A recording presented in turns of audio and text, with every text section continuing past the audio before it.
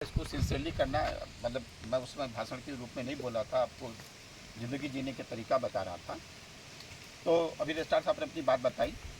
अभी हम हो सकता है अभी हम डिस्कस करेंगे अपनी मीटिंग में, तो किसी भी शनिवार को हम डिक्लेयर कर देंगे कि सभी लोग अपने घरों में उस दिन कैंपस में कोई गाड़ी नहीं चलेगी, 2 घंटे सफाई में देंगे, एनवायरमेंट क्लीनिनेस में देंगे सब लोग।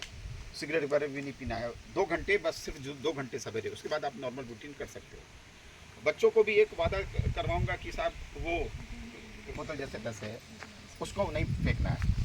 दूसरा ये जो देश है, दूसरे देशों में, जैसे हम लोग तो बहुत सारे देशों में आ भी गए होंगे, हम लोग भी जाते रहते हैं, किसी देश में ऐसी गंदगी नहीं मिलती।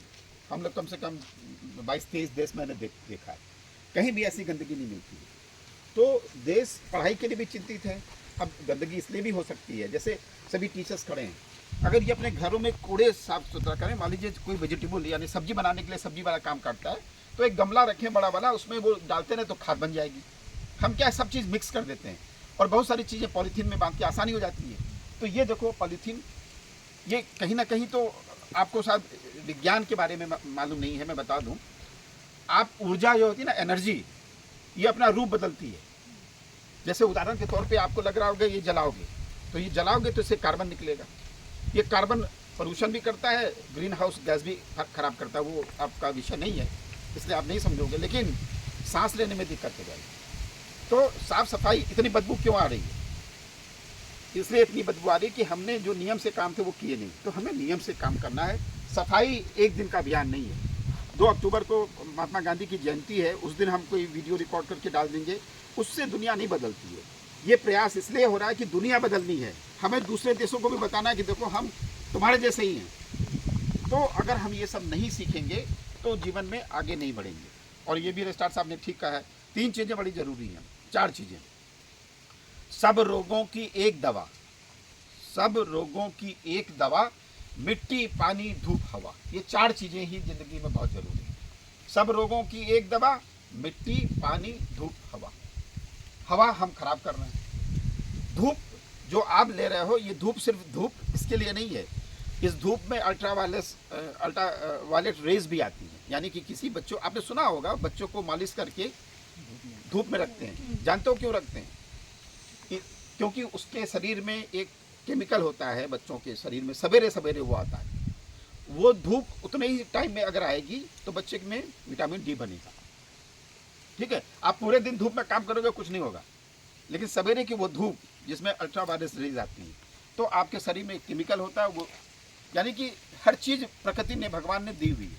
हवा आप जान रहे हो, हवा खराब हो जाएगी, आप देख के देखो ना, धुएं में धुआं जला दो, यहीं पर जला देता हूँ मैं, आप सांस ले पाओगे? नहीं ले पाओगे। क्यों? वो भी तो हवा ही है ना, धुआं भी तो हवा है, और क्या है? 3 चीज़ें होती है ना, सॉलिड, लिक्विड, गैस। सॉलिड मतलब जैसे पानी के रूप में बताता हूँ, बर्फ है सॉलिड, पानी बनता है तो लिक्विड, उबाल देते हो तो भाप बन जाता है, भाप बोलते हो ना। तो 3 चीज़ें होती हैं। तो हवा में वो जो कार्बन उड़ा वो भी तो हवा ही है, हवा का पार्ट है वो, लेकिन आप सांस नहीं ले सकते। इसलिए कुछ चीज़ें ज़रूरत से ज़्यादा हो जाए तो मरने की नौबत आ जाती है। इसलिए हम सभी को ध्यान ये देना है कि हम सभी नियम से कैसे काम करें और ईमानदारी से काम करें। ये ईमानदारी वर्ड मैं 2-3 बार बोल चुका हूँ। आप टाइम पास करने के लिए टाइम पास, दरमाहा को इसलिए ले जा रहा हो कि इससे खाना भी खाओगे और बच्चों को पढ़ाओगे भी।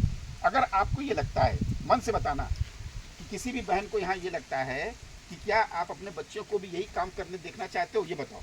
तुम चाहते हो कि आपका बच्चा यही काम करे?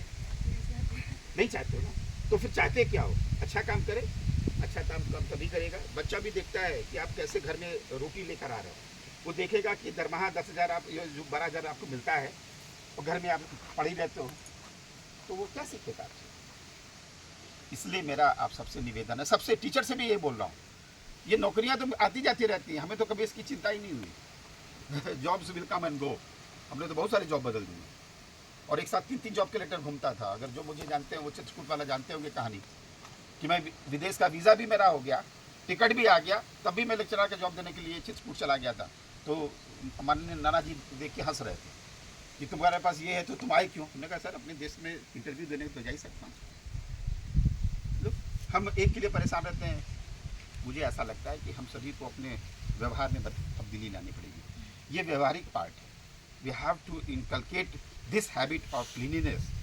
अब मैं हिंदी में बताऊं, ये हमारी आदत में आना चाहिए। जैसे बच्चे को हम नहीं सिखाते हैं, हम छोटा बच्चा होता है, खाना खाता है, फिर वो पैर से थाली भी ऐसे खिसका देता है या उठ जाता है। अगर मान लीजिए आपके पास डाइनिंग टेबल है, वो उठ जाता है। अगर हमारे यहाँ मम्मी है तो मम्मी कुर्सी खिसकाती है। मैं तो अपने ऑफिस में भी बोल देता हूँ, अधिकारी उठ के जाता है तो मैं बोल देता हूँ कुर्सी ठीक करके जाना। और इसीलिए हमारे जो पुराने वाले वीसी साहब थे ना, प्रोफेसर मीमांस सर, उन्होंने क्या किया, वीसी ऑफिस में लोग उठते थे तो उनके सामने की कुर्सी डिस्टर्ब कर देते थे। ये इंजीनियर साहब यहाँ पे बैठे हुए हैं, ये बताएंगे कि सर ने क्या किया कि कुर्सी के पैर में लोहा लगवा दिया, कोई कुर्सी खिसकाएगा नहीं। क्यों? हर चीज़ का डिज़ाइन होता है, आपके शरीर का भी डिज़ाइन है। पूछे कैसे? अगर मान लो आपकी आँख यहाँ ना हो कि यहाँ होती तो क्या आप ऐसे चलता? दिखाई इधर देता ना, तो ऐसे नहीं चलता तो उधर ही चलता। तो शरीर की भी डिज़ाइन है, पेड़ पौधे की डिज़ाइन देखो, तो जिंदगी की डिज़ाइन है। सफाई भी एक डिज़ाइन का पार्ट। तो बच्चों को सिखाओ कि अपना एक तो कम खाना लो, जितना खाओ उतना लो, फेंको नहीं, जो फेंकोगे उसको ढंग से फेंको। हम बच्चों को यहाँ मास्टर्स डिग्री का बच्चा आ रहा है, पापा मम्मी ने सिखाया ही नहीं होगा कि प्लास्टिक को कूड़ेदान में फेंकते हैं। क्यों? अगर उस दिन वो सिखाता तो आज वो ठीक होता। तो ये भी हमको सीखना है। देश के पास इतना पैसा नहीं है कि हम सफाई में ही खर्च करें। तो मुझे ऐसा लगता है कि आप सबको ज़िंदगी को सही ढंग से सीखने के तरीके फैमिली में डिसिप्लिन लाना है। जब फैमिली में डिसिप्लिन लाएंगे तो अपने आप डिसिप्लिन यहाँ तक आ जाएगा। आप सभी मन से सहयोग करिए और हम अच्छा काम करेंगे। आइए वादा करते हैं कि हम, क्या हुआ, प्लेज है लिख के लाया, लेकर आओ। Thank you so much, sir. I request Sambu sir to kindly lead in taking the place. आइए समझो, इधर आ जाइए। कि सब लोग अपना हाथ इस आगे कर ले, राइट हैंड। हार के बाद जीत है।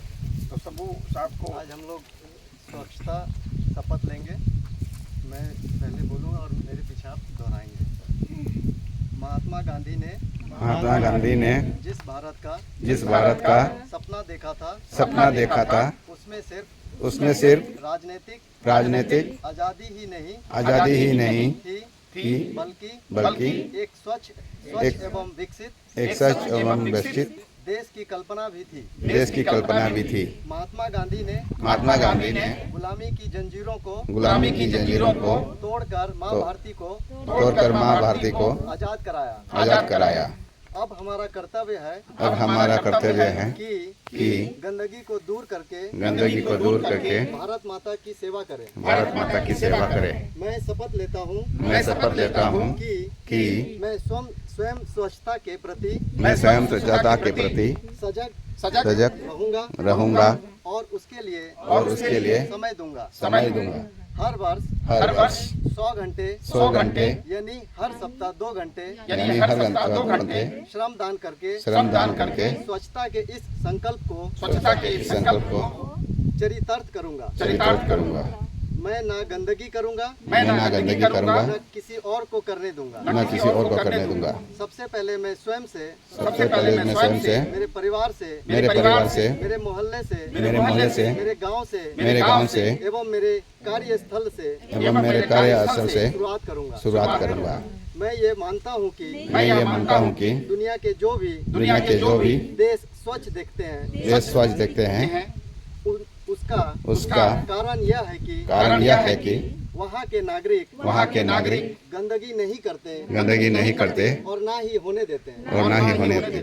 इस विचार के साथ मैं गांव और गली स्वच्छ भारत मिशन का प्रचार करूंगा। मैं आज जो शपथ ले रहा हूँ वह अन्य 100 व्यक्तियों से भी करवाऊंगा। वह भी मेरी तरह स्वच्छता के लिए 100 घंटे दे। इसके लिए प्रयास करूंगा। मुझे मालूम है कि स्वच्छता की तरफ बढ़ाया गया मेरा एक कदम पूरे भारत देश को स्वच्छ बनाने में मदद करेगा। धन्यवाद। Thank you so much to all, each and everyone who have मतलब समझे, इतना बोले हैं, कुछ समझ में आया? क्या समझ में आया